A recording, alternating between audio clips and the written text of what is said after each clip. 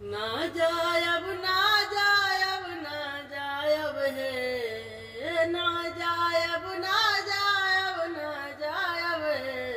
सखी गौरी अंगन माँ ना जायब है,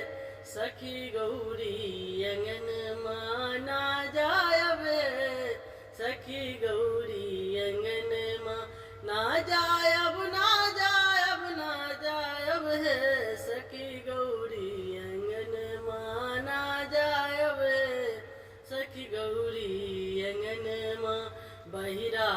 सांप के मरबा बनाओल, बहिरा सांप के मरबा बनाओल, तेलिया देल बन्हन माँ है, तेलिया देल बन्हन माँ है, सखी गौरी अंगन माँ ना जायब है, सखी गौरी अंगन माँ ना जायब ना जायब ना जायब है, सखी गौरी अंगन माँ ना जायब है, सखी गौरी अंगन माँ। धामन सांप के कोरो बनावल, धामन सांप के कोरो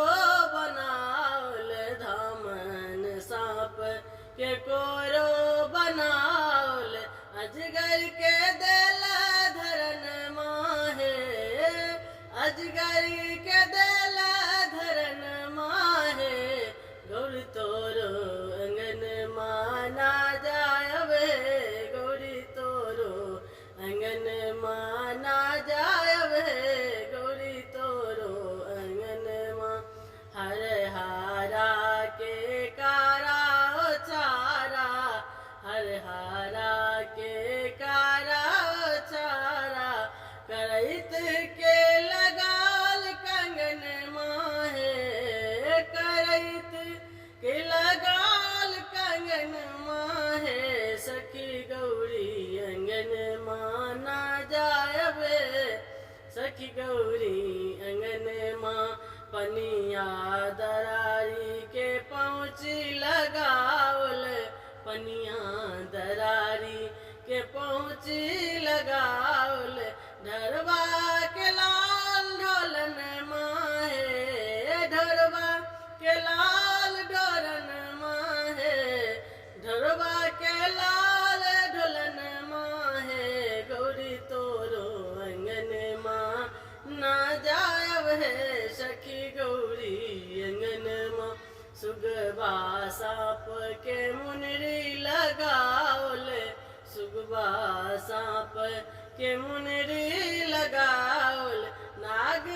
के लाल जसन माँ है, नाग के लाल जसन माँ है, सखी गौरी अंगन माँ ना जायब है, सखी गौरी अंगन माँ ना जायब है, सखी गौरी अंगन माँ। चांद तारा के शीशा लगाओल, चांद तारा के शीशा लगाओल, मच गिद्ध के अबरन माँ है, मच गिद्ध के अबरन माँ है, सखी गौरी अंगन माँ ना जायब है, सखी गौरी अंगन माँ ना जायब ना जायब ना जायब है, सखी गौरी अंगन माँ ना जायब है, सखी गौरी अंगन माँ ना जायब है, सखी गौरी अंगन माँ। धन्यवाद। जय मिथिला, जय मैथिली, हर हर महादेव।